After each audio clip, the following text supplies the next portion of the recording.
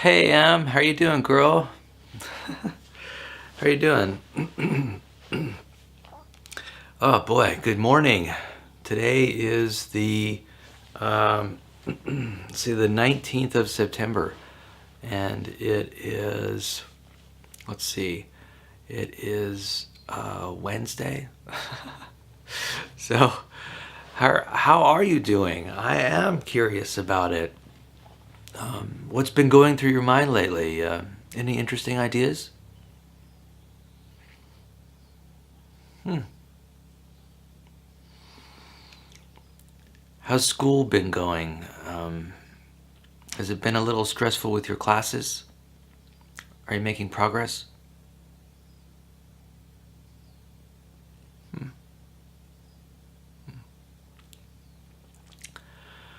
And I wonder, how is your homework load? Is it something that you can work with and are making progress on, and you're finding satisfaction with? Maybe you're learning stuff. Hmm. Hmm. Okay. Well, I just did my homework last night in my machining class, and it only took me 3 or 4 hours to do, and I got it done. So I'm really pleased by that. Um, you know, I kind of psyched myself out when it came to my homework. I was thinking in the future about what the homework would be like. It was 5 chapters that I had to read and understand. And frankly, I was intimidated by it. It was a lot of reading. There was a lot of work that was assigned, a lot of problems. And I basically gave up too soon. And for the last 2 weeks, I didn't even touch my homework. And then I did the homework at the last minute last night. And it turned out I could do all of the homework in about 3 or 4 hours. 3 or 4 hours. And I was surprised. I was surprised how wrong I was. I had a really serious misconception about how much homework I had to do and how much time I had to do it in, and I just put it off. Has this ever happened to you? Well, I get it wrong. I get it wrong. I have a misunderstanding, a misapprehension. I I fear. I feared that the homework would be too much, that it would take up too much of my time, and I didn't even start it as a result. In the end, though, when I did start on it, I realized that it wasn't that bad, and I sailed right through it. So anyway, I it's interesting how we get it wrong. Human beings get it wrong, and we learn. We learn from the experience. I learned from the experience not to be so intimidated by the work, maybe to rely on my instructor.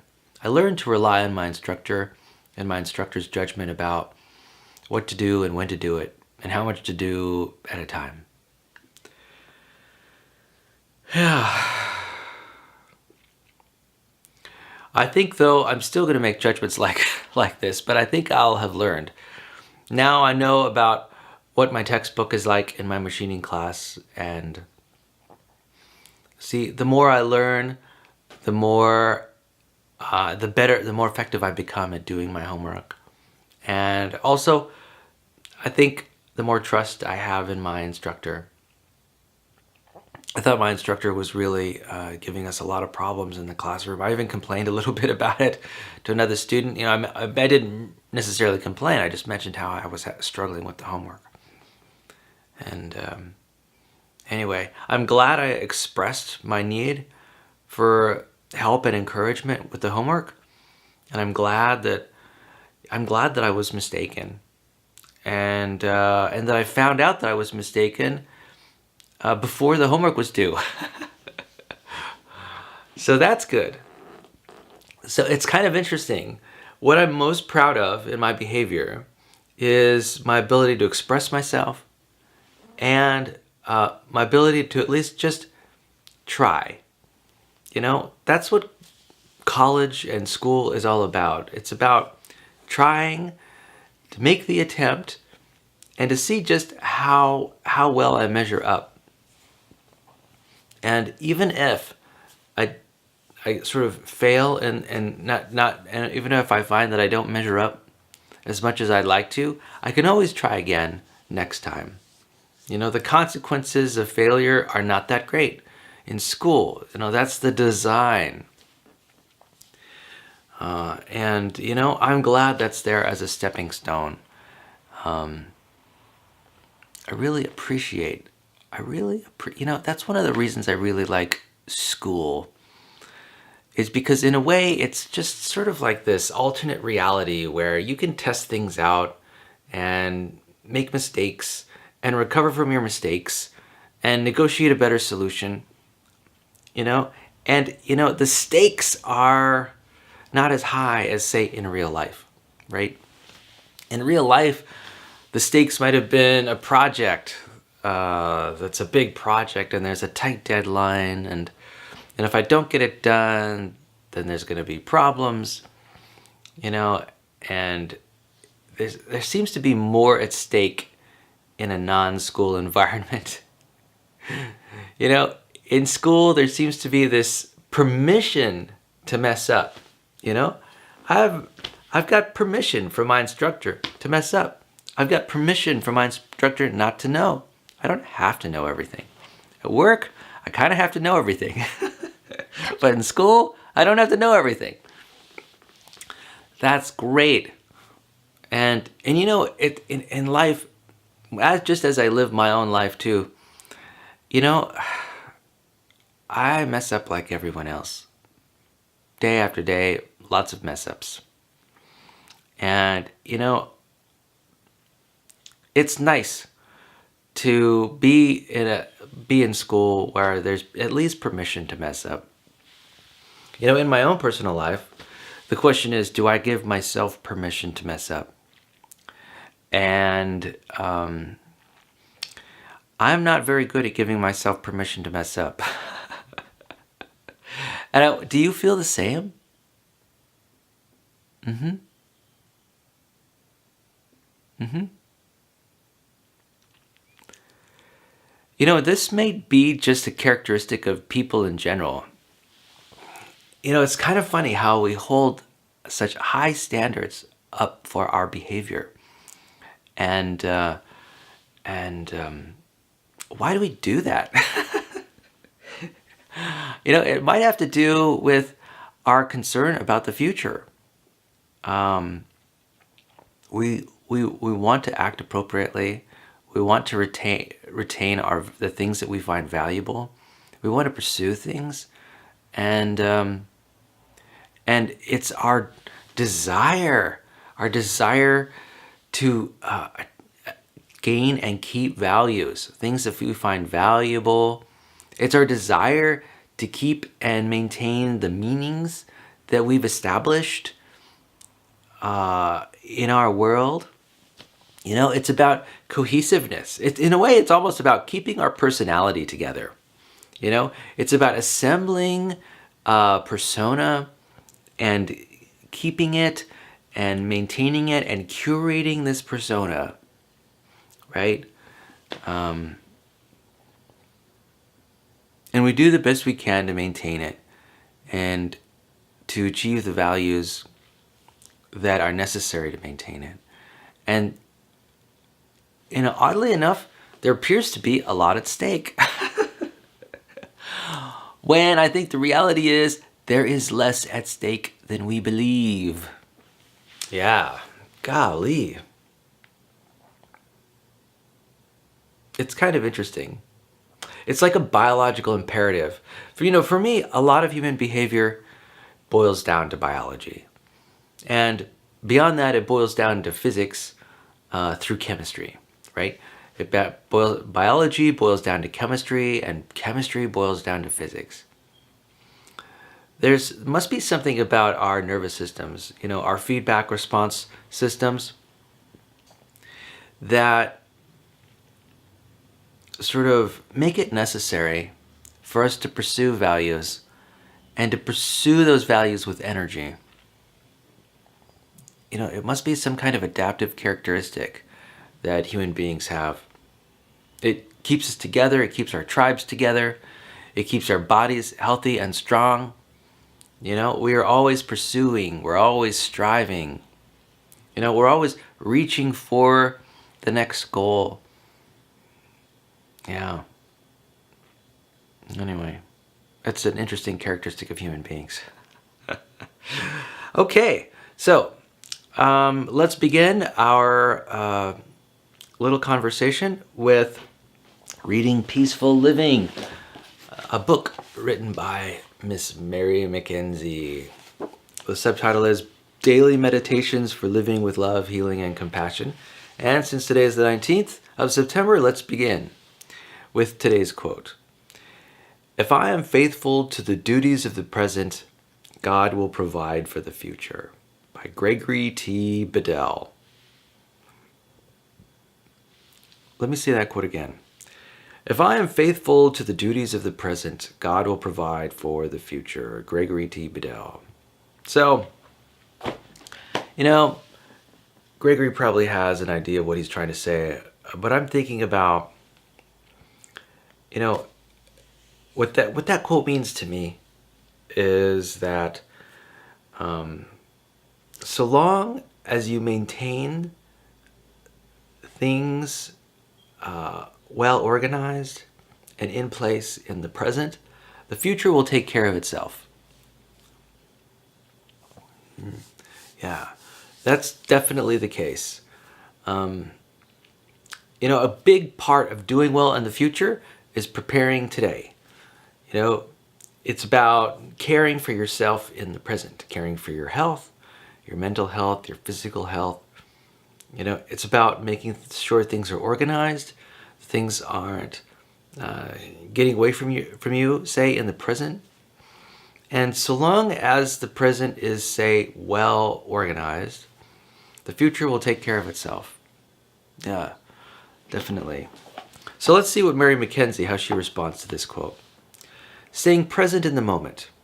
How do you feel and what do you need right now? Don't worry about tomorrow or fret about yesterday. Just be here in the moment. When you are in the present, when you are present to your needs and act in harmony with your values, everything else will fall into place. Your life is like a symphony. As long as each note is played in harmony with the score, the music will be beautiful. It is inevitable. And so the aphorism for the day is, several times today, notice if you are present to the moment. If you are not, notice how you feel and what you might need. This will help you to stay present. Yeah.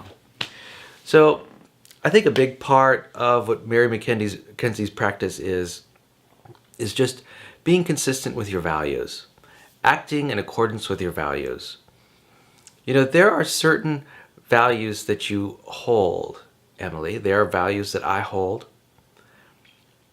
And, there are things that we hope for and desire about the present and the future. And we seek to maintain those things. Like love and connection and health. We act to preserve our health. So long as we act consistent with these values, things will go well.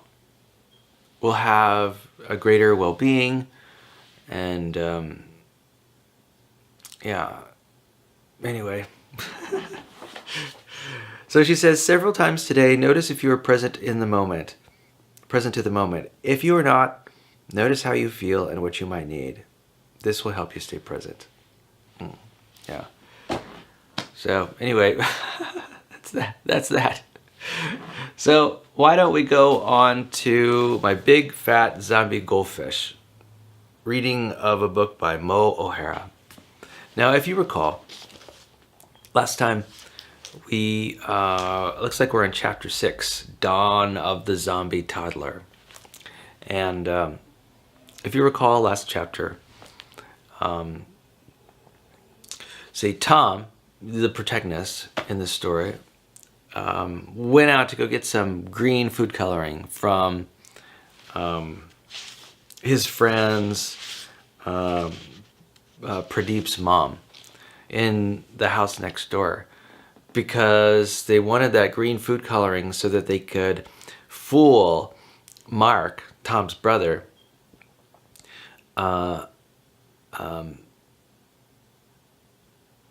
fool him about the fish, and the fish being in the fish bowl continuing with the green polluted water. Anyway, the fish ended up getting away from Tom, though, in Pradeep Mom's house, and it got sort of captured by Pradeep's little sister, and Pradeep's little sister got hypnotized by Frankie, the Frankenstein fish. Okay. I don't know. That's just what happened. All right, so Dawn of the Zombie Toddler. Here we go. I had to get back to Pradeep. He'd know what to do. Maybe they learned about hypnotized little sisters in Cub Scouts. I grabbed Sammy's slimy, chocolatey hand and headed back for the back door just as Pradeep's mom came back into the kitchen. "Oh, hello, Tom. I thought you and Pradeep were playing at your house. Isn't Pradeep with you?" Hi, Miss Kumar. Pradeep asked me to come and get Sammy because my mom said she could play with the new goldfish we got," I mumbled. "Is that okay?" "Swishy little fishy," Sammy said again. "Tell your mom that's fine, but Pradeep should bring Samina back in half an hour for dinner. Would you like to come as well?" "I can."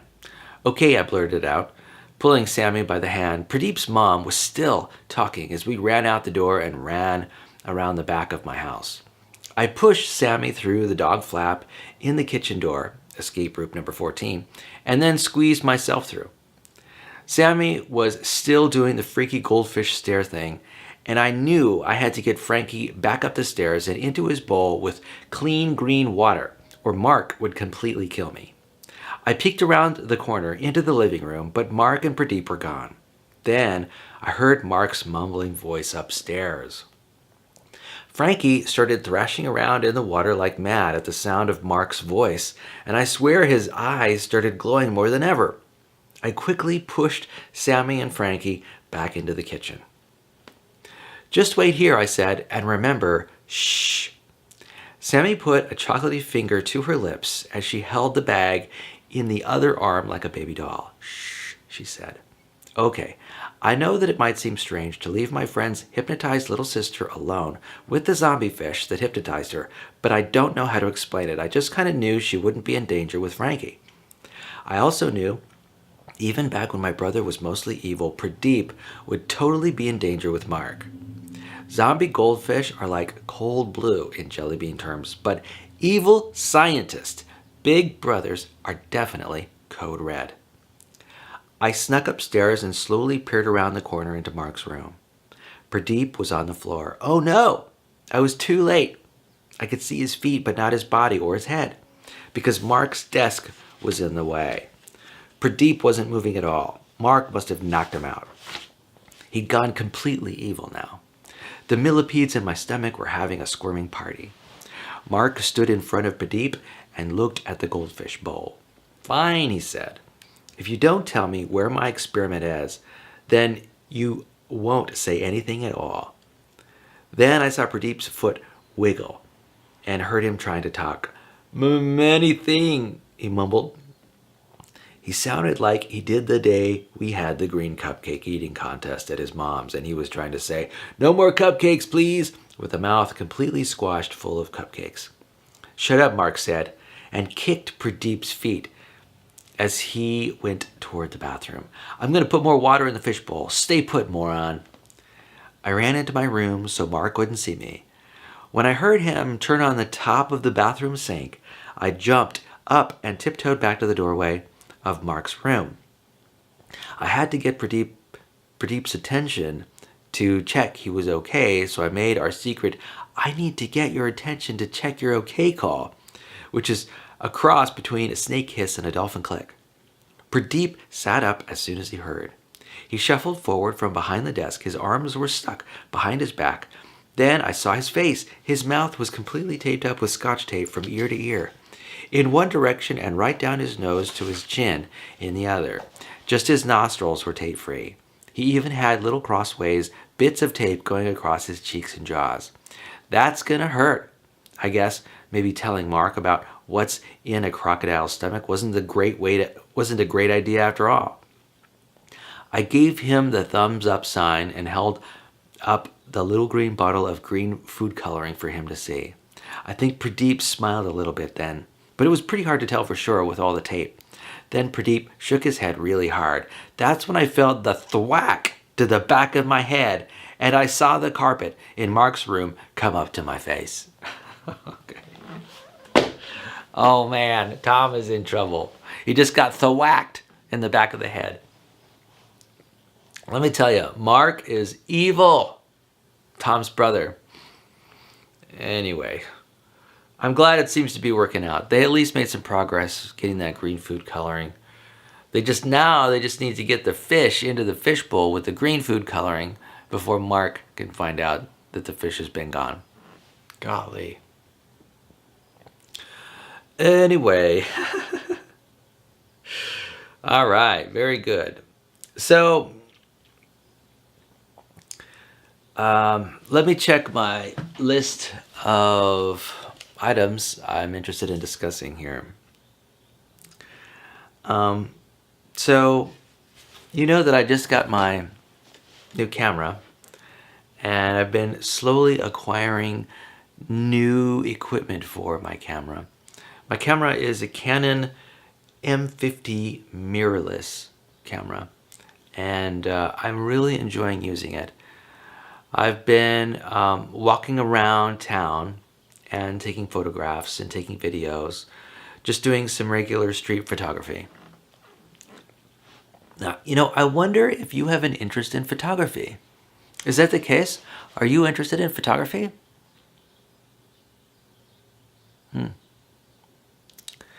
Well, one thing I remember is you and I, you were interested in playing some photography games where we'd have a challenge about what to take pictures of over the period of a week or say a month. And that tells me that you have an interest in photography. And, street photography is really pretty interesting because you're out there walking around and you're pulling out your smartphone or your digital SLR. I guess it's not an SLR, my digital mirrorless camera.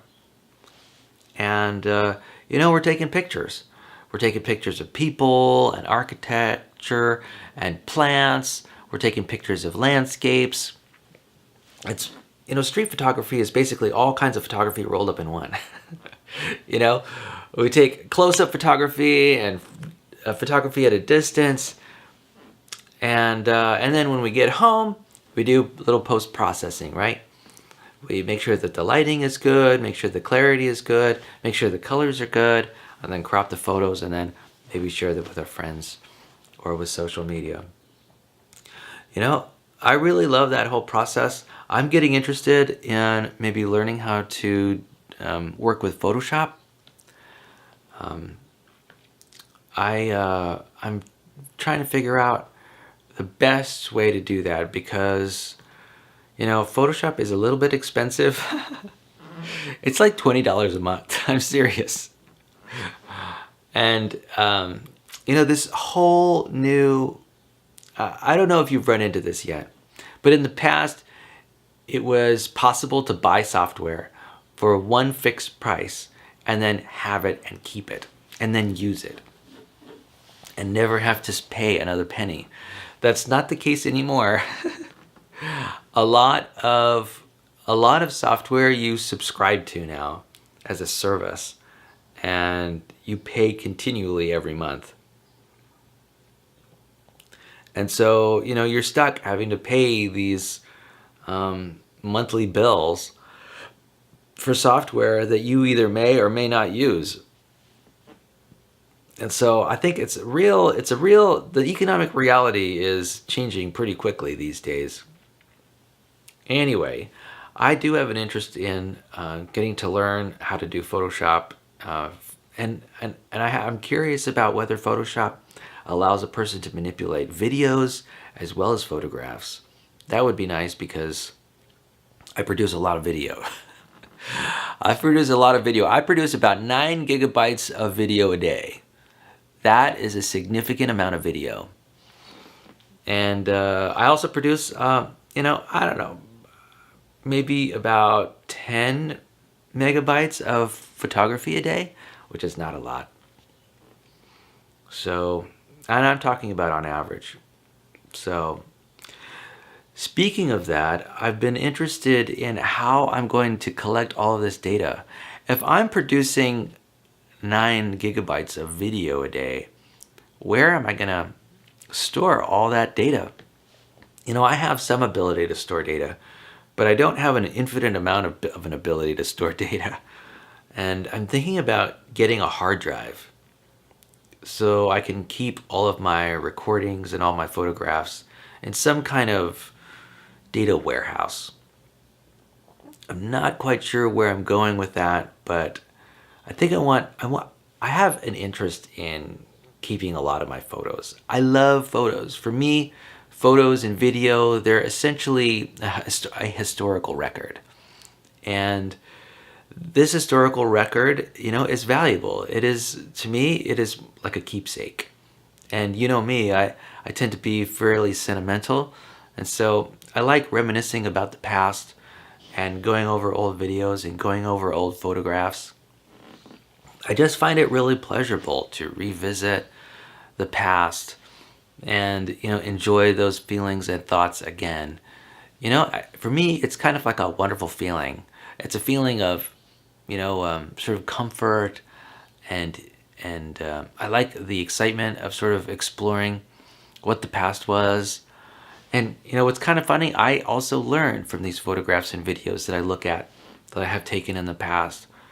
I learn about who I was. For me, it's almost like a transformative process. I'm continually learning about my environment.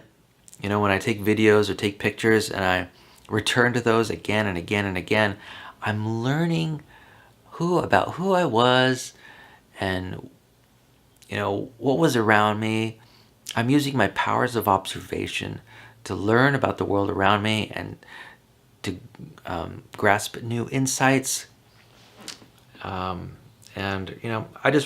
find it very stimulating. Oh, and you know what? I was thinking, if you're still playing volleyball, now that I've got my new camera, I'd be interested in doing a little sports photography. If you have any interest, I would sure like to come to one of your volleyball games and take some photographs of, say, yourself playing volleyball and your team members playing volleyball and the crowd. I have not done a lot of sports photography, but, I've been thinking about doing some. Nearby my home, Lompoc High School has football games. And I was thinking, the football season just started. I was thinking that I might go on out there to a football game and take some photographs of the players who are playing football. I don't know if you have any interest in doing that. You're welcome to join me and we can take photographs together. In fact, there's street photography and there's sports photography. We could combine those by walking around the neighborhood, shooting photographs, and then walking to sporting events and taking photographs at the sporting events. I think that could be a lot of fun. That would be sharing an interest that we both have in photography. And, photography is an extremely time-consuming pursuit. It's something to do. And for me, it's a very entertaining thing to do. There's always something new to learn and explore and understand while taking photographs. Hey, Em, how's it going, girl? So, I was thinking recently about my teeth. By the way, I hope you're enjoying the water flosser that I bought you, the water pick. By the way, I am really loving my water pick. I think it's a miracle machine. I am so done with string floss. Let me tell you. I'm going to get a little closer. I'm so done with string floss. String floss, first of all, is painful. Have you noticed? Yeah. It is a challenge to get that string between your teeth and then move it in your gums, and it hurts. It's actually somewhat painful. Sometimes my gums get inflamed, and and then there's the string that you have to deal with. You got to throw it in the trash, and sometimes it doesn't quite make it to the trash. It falls onto the floor. It's kind of a hassle. And then you've got to keep the floss around. You got to continually keep buying it. And, it takes a while, but I don't know. I'm really enjoying the water flosser.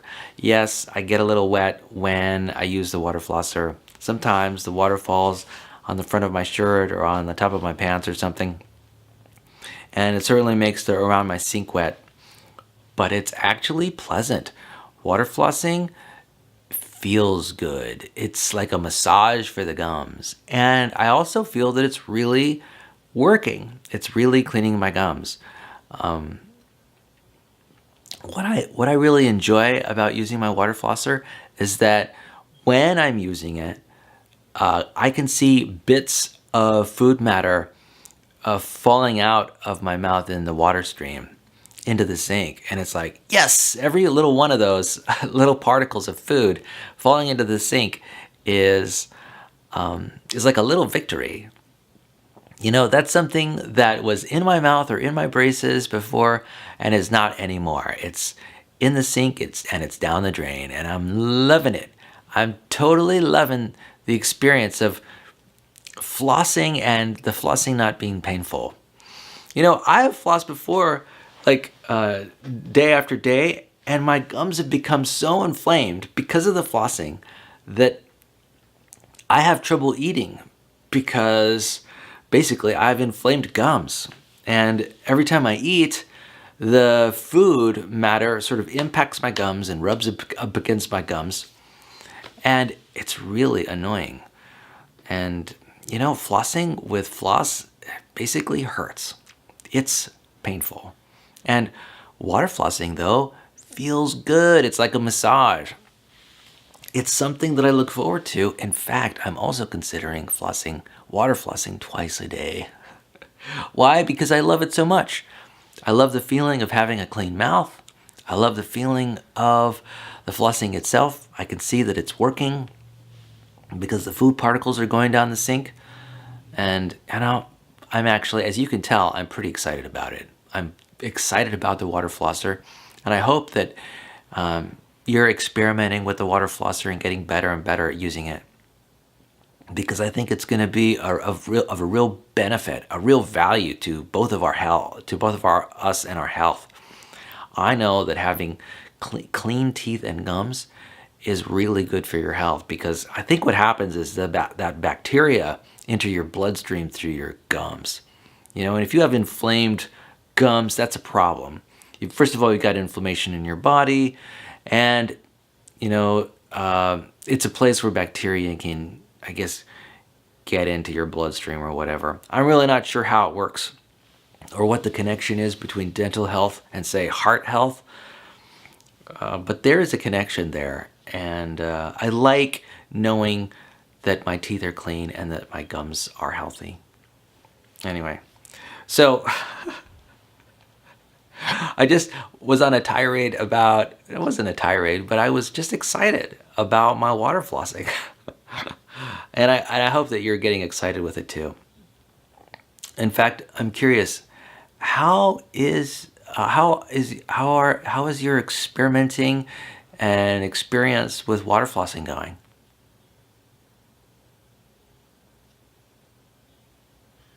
Mm-hmm. Mm. Mm-hmm. Okay.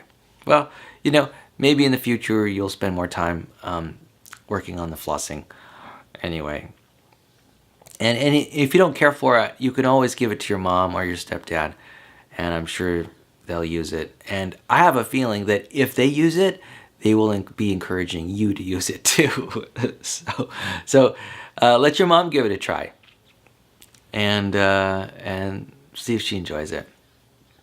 Hey, and if she does, that's great. Another set of healthy teeth in the world can only make the world a better place, right? All right. All right. So, I wanted to mention something. My braces are really coming together. I can see my teeth really straightening out. And in fact, my dentist, who is the same dentist that you have, has also been making comments about my teeth and how straight they are. And I find that really encouraging. I'm sort of getting ready to get these braces taken off my teeth. In December, that's when I'm thinking that the braces will be taken off. Now, right now it's September, so all I have is the rest of September, which is only like 2 weeks, October, November, and then December. So, basically I've got 3 months, which is about 90 days, and I get to get these braces off my teeth. So I'm looking forward to that. I'm looking forward to having my teeth back again. And I've been thinking a little bit about, say, wearing a retainer, or what am I going to do to maintain this beautiful straight teeth setup I've got? I'm not sure. I think they've got permanent retainers, ones that you can place in the back of your teeth, the back of your lower teeth. I might just go ahead and do that, so I don't have to wear a retainer. Now, I could be mistaken. I might have to wear a retainer anyway, and that just might be what the future holds for me. I've also been thinking about whitening my teeth a little bit. We'll see how that goes. So, I don't know about you, but I think the very fact that I've got braces on stops me from smiling sometimes. I feel a little bit even now, I still feel a little self-conscious when I smile with braces on. Particularly after I've eaten something, like after I've eaten a meal, I worry that I have food stuck in my teeth, stuck in my braces somewhere. And because I want to steer clear of that, I basically keep a toothbrush on me all the time. I have a little plastic bag where I keep my toothbrush in a larger bag, in a shoulder bag, and I also sometimes keep a toothbrush in my front pocket in case I need to use it. And I brush when I'm with others. I brush my teeth immediately after the meal. And I also find myself, like I mentioned, smiling a little bit less. I'm not sure why that is. I guess I'm a little shy. I wonder, have you been noticing the same thing? Do you notice that you smile a little bit less with your braces on? Mm-hmm. Mm. Mm-hmm.